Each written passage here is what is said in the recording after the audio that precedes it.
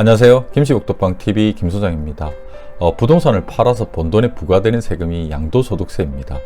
그런데 1세대 1주택이 2년을 보유하고 팔게 되면 시세 차익이 있어도 고가주택을 제외하곤 세금을 물리진 않습니다. 이 부분은 많은 분들이 알고 계시죠? 그런데 살던 집이 있는데 집을 한 채 더 샀어요. 분양을 받았을 수도 있고 아니면 집이 넓거나 좁아서 더 크거나 새 집으로 이사한 분들도 계실 겁니다. 그런 분들 중에서 기존에 살던 집이 안 팔렸다면 일시적으로 2주택 상태가 되는 거죠. 2023년 1월 10일부로 정부에서 일시적 2주택 완화를 발표했습니다. 그래서 제가 이 부분에 대해서 정리해 봐 드리겠습니다. 현재 1주택자나 2주택자이신 분들이나 아니면 집이 없으신 분들 또한 언젠가는 집을 사게 될 테니까 이번 영상 끝까지 한번 봐주시기 바랍니다.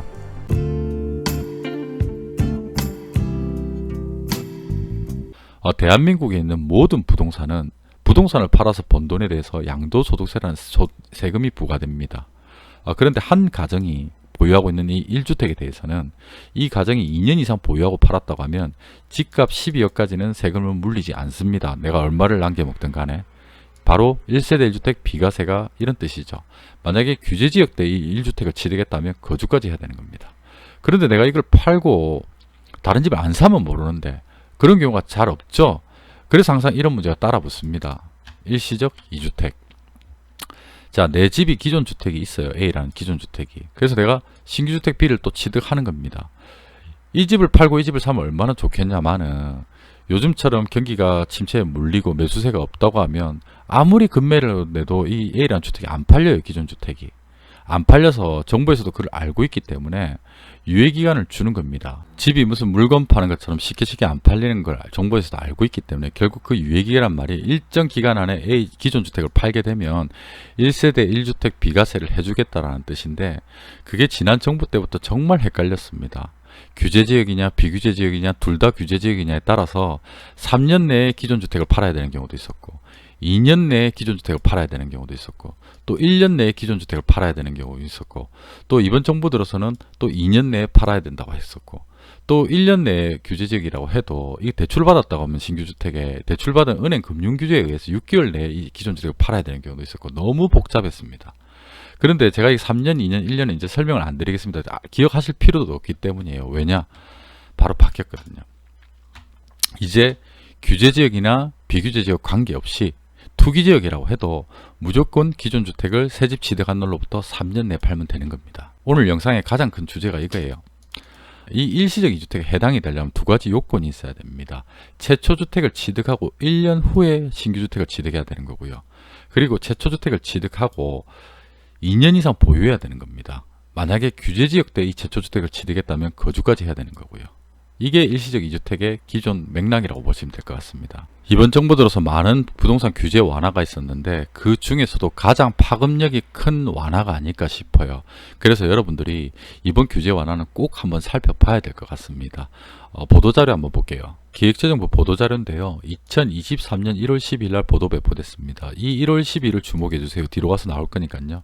자, 일시적 2주택자의 존존주택 처분기한이 연장됐다라고 하죠. 3년으로. 그런데 이번에 양도세뿐만이 아니라 이 취득세 종부세에서도 3년으로 연장됐다는 겁니다. 이 취득세 종부세도 종존주택 처분기한이 3년으로 연장되면 많은 혜택들이 있다고 볼 수가 있어요. 내용 한번 살펴보자면 정부는 일시적 2주택 특례요건 중 존존주택 처분기한을 신규주택 취득일로부터 3년 이내로 연장하기로 하였습니다. 라고 나오죠. 비단 양도세뿐만이 아니라 취득세 종부세 또한 일시적 1세대 1주택 혜택을 적용을 해준다는 뜻인데 양도세는 방금 살펴봤고 결국 이 취득세 중과를 하는 부분이라든지 종합부동산세 할 때 합산을 하는 부분에서도 3년 동안 배제를 해주겠다는 뜻이 되겠는데 핵심은 이거죠. 이번 개정으로 처분기한이 신규주택 취득일로부터 존존주택을 3년 내에 팔면 된다는 겁니다. 3년으로 연장됩니다. 이게 핵심 포인트가 되겠죠. 뒤에 표를 살펴보자면 표를 보시면 현행은 이제 볼 필요가 없을 것 같아요.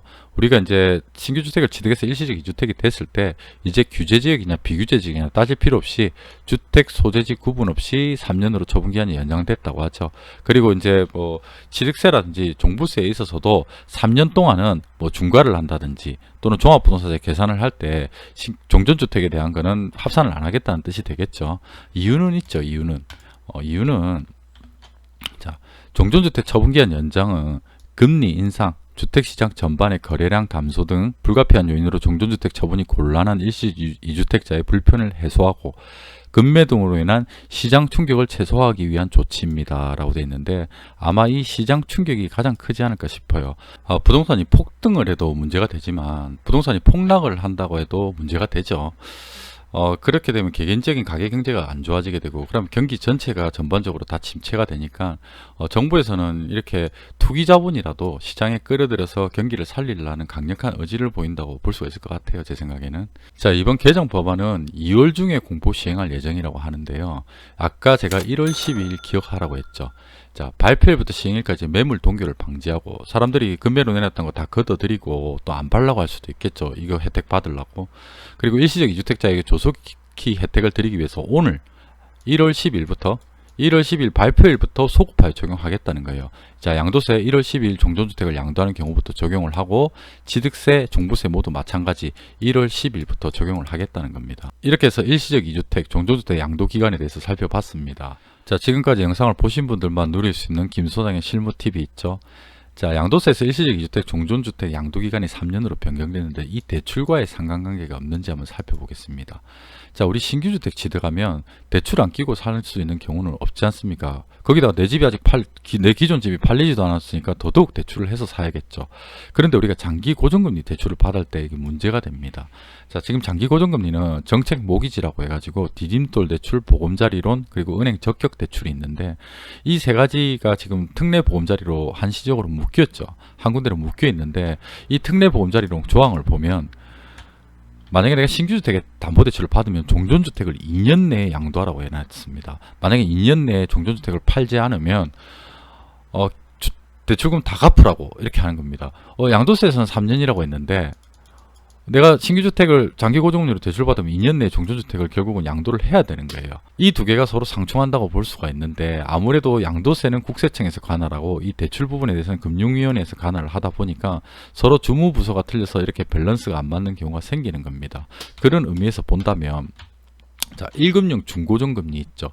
1금융 중고정금리 3년 고정, 5년 고정 후 변동금리로 바뀌는 금리를 중고정금리라고 하는데, 1금융의 이 은행 상품 중고정금리를 썼을 때는 종전주택 양도기간이 없습니다.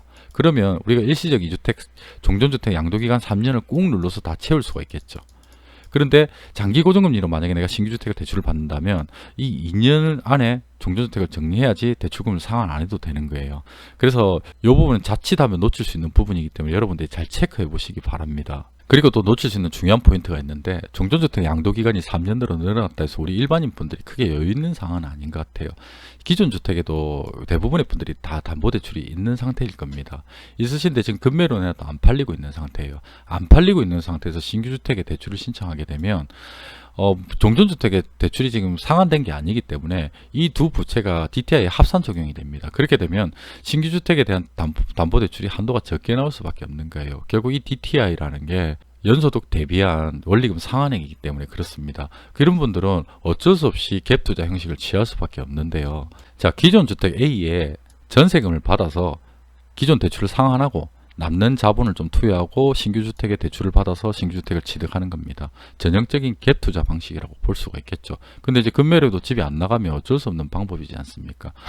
정부에서는 이번 완화로 인해서 투기 자금이라도 이 시장에 끌어들여서 경기를 좀 부양하려고 하는 게 아닌가 생각돼요. 그렇기 때문에 갭 투자를 계획하시는 분들도 뭐 이렇게 활용을 할 수 있을 것이고, 또 나는 갭 투자를 할 생각은 의도는 아니었지만 어쩔 수 없이 이렇게 하는 분들도 계실 거라고 생각합니다. 나는 기존 주택 A에 대출이 하나도 없는데 이 집 대출 받아서 이 집 현금으로 다 치면 안 되냐 이렇게 생각하는 분들도 계신데, 지금 기존 주택에 담보대출이 없는 상태에서 다시 신규로 담보대출을 내는 건 안 됩니다. 생활안정자금이라 해서 일부의 조금의 돈만 받을 수가 있는데, 이 생활안정자금이 주택 구입자금으로 흘러 들어가는 걸 금지하고 있습니다. 그렇기 때문에 할 수 있는 방법이 이 방법이 아닌가 생각이 돼요. 갭투자의 장점은 있죠. 만약에 B라는 주택이 오르면 A라는 주택도 같이 오르기 때문에 3년간 상승폭을 A와 B에서 다 먹을 수 있는 거고, 또 하락을 한다면 또 손해도 양쪽으로 다 볼 수 있는 또 단점도 있고요. 그런데 이제 갭 투자를 하시는 분들한테도 제가 높아심을 말씀드리자면 지금 심리적 저항선까지 왔다, 또 금리도 내리고 있고 규제도 완화되고 있으니까 뭐 이걸 볼 수 있겠다고 공격적으로 하시는 분들도 계신데 이건 개인적 판단에 맡길 텐데 저도 뭐 코인과 주식에 투자를 좀 많이 해봤는데 바닥 밑에는 뭐가 있어요, 여러분? 항상 지하실이 있더라고요. 그 부분 잘 체크해 주시기 바라고. 자, 근데 이제 신규 주택을 취득할 때 고정금리로 취득을 하면 아까 뭐라 그랬어요? 2년 내에 양도를 해야 된다 했잖아요. 그래서 1금융의 중고정금리를 활용하면 3년을 최대치로 활용할 수 있는 부분 또한 한 번 더 체크해 보시기 바랍니다. 근데 여기서 또 궁금증이 생길 수가 있어요. 만약에 전세 주면 계약갱신 청구권은 어떻게 하냐? 지금 언론에서 많이 나왔죠. 전세 2년 주면 특별한 사유가 없는 한 2년을 강제적으로 연장해 줘야 된다는 건데, 이 계약갱신 청구권은 기본적으로 당사자 합의입니다. 당사자 합의. 그렇기 때문에 어쩔 수 없이 이렇게 전세를 줬다고 해도 임차인에게 자세히 설명을 하고, 만약에 또 집값이 올랐어요. 양쪽으로 다 올랐으면 기분 좋지 않습니까? 한 1억 오르면 한 돈 1,000만 원 정도 뭐 이사비로 드릴 수도 있는 부분이고, 또 그게 안 되면 다른 또 실무 팁이 있는데, 이건 또 영상에서 좀 말씀드리기는 그렇고, 제가 항상 영상 설명란에 제 전화번호를 적어 놨습니다.